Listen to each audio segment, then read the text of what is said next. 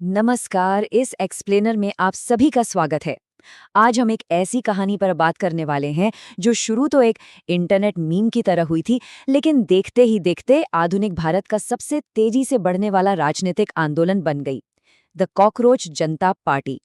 सुनकर अजीब लग रहा है ना, लेकिन इस अजीब से नाम के पीछे की कहानी बेहद गहराई लिए हुए है। तो ये सब शुरू कहाँ से हुआ? 15 मई 2026 सुप्रीम कोर्ट में एक सुनवाई चल रही थी और वहां चीफ जस्टिस ऑफ इंडिया ने एक ऐसी बात कह दी जिसने पूरे देश के युवाओं के गुस्से में घी का काम किया। उनका ये बयान ध्यान देने वाला है। उन्होंने बेरोजगार युवाओं की तुलना सीधे तौर पर कॉकरोचेस यानी तिलचट्टों से कर दी। हालांकि बाद में ये स्पष्ट किया गया कि उनका इशारा सिर्फ फर्जी डिग्री वालों की तरफ था, पर तब तक डैमेज हो चुका था। ये शब्द आग की तरह फैल गए। अब सवाल ये उठता है कि आखिर एक अपमान, एक छोटी सी टिप्पणी ने अचानक एक इंटरनेट क्रांति का रूप कैसे ले लिया। इसे समझने के लिए ना हमें इन वायरल मीम्स के चमकती दुनिया के थोड़ा पीछे झांकना होगा, क्योंकि इन व्यंग यानी सटायर के पीछे दरअसल एक सोचे समझे विरोध की शुरुआत हो रही थी। आइए इस न्यायिक अपमान की चिंगारी पर गौर करते हैं, जिसने इस अनोखी राजनीतिक लहर को जन्म लिया और टाइमलाइन को तेजी से आगे बढ़ाया। चीफ जस्टिस के उस बयान के ठीक अगले दिन यानी 16 मई को अभिजीत दिपके नाम के 31 साल के स्टूडेंट, जो पहले एक पॉलिटिकल स्ट्रैटेजिस्ट भी रह चुके हैं, उन्होंने इन सो कॉल्ड कॉकरोचेस के लिए एक स्पेशल प्लेटफॉर्म ही लॉन्च कर दिया। सोचिए, उन्होंने एक अपमान को लिया और उसे अपनी हिम्मत और संघर्ष का प्रतीक बना डाला। ये अपने आप में एक मास्टर स्ट्रोक था। और इस तरह शुरुआत हुई एक व्यंग्यात्मक युवा आंदोलन की, जिसमें सबसे हैरान करने वाली बात ये थी कि पब्लिक ने इस सटायर को कितने अग्रेसिव तरीके से अपनाया। जनता का रिस्पॉन्स बिल्कुल चौंकाने वाला था। इसकी डिजिटल ग्रोथ इतनी तेजी से हुई कि किसी ने सोचा भी नहीं था। कुछ ही दिनों के अंदर इस नए प्लेटफॉर्म पर 3,50,000 से ज्यादा लोगों ने रजिस्टर कर लिया। और सिर्फ यही नहीं, कॉकरोच जनता पार्टी ने इंस्टाग्राम पर रूलिंग बीजेपी और इंडियन नेशनल कांग्रेस दोनों ही बड़ी पार्टीज के ऑफिशियल फॉलोअर अकाउंट्स को पीछे छोड़ दिया और 14 मिलियन से ज्यादा फॉलोअर्स इकट्ठे कर लिए। ये कोई मामूली आंकड़ा नहीं है।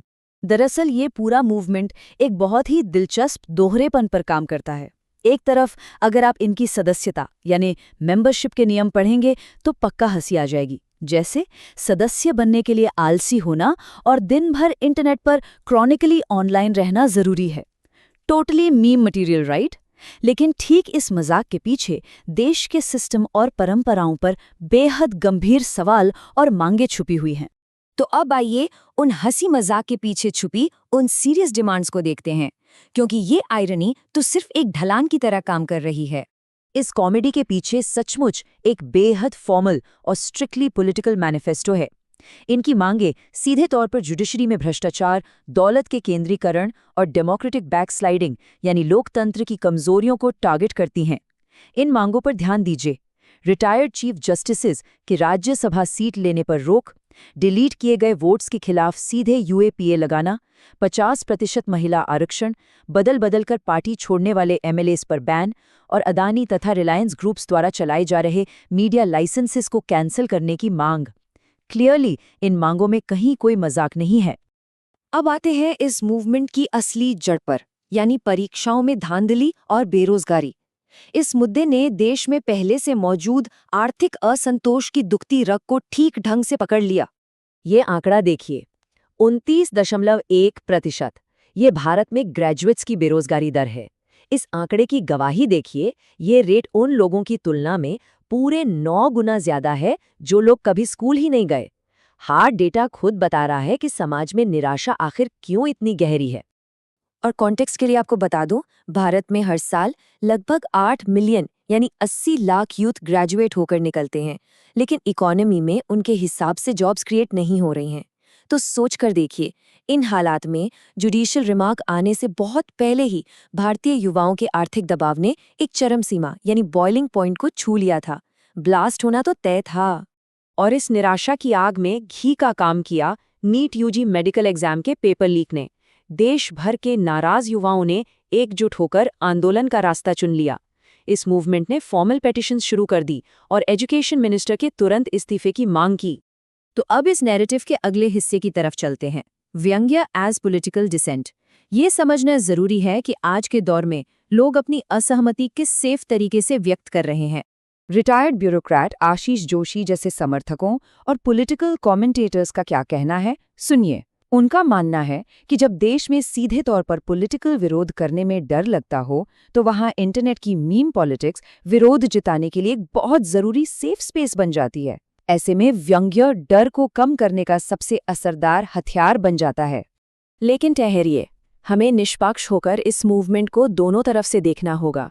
आलोचकों का मानना है कि ये ज़मीनी स्तर पर उभरी हुई कोई आम जनता की क्रांति नहीं है, बल्कि उनके मुताबिक ये एक डिजिटल कम्युनिकेशन स्ट्रैटेजिस्ट द्वारा बहुत ही बखूबी पैकेज किया गया एक ऑनलाइन पॉलिटिकल थिएटर है। ये भी एक बेहद ज़रूरी नज़रिया है। हालांकि इन आलोचनाओं के बावजूद एक बात तो तय है कि इस पार्टी के संदेश को जबरदस्त सपोर्ट मिला है।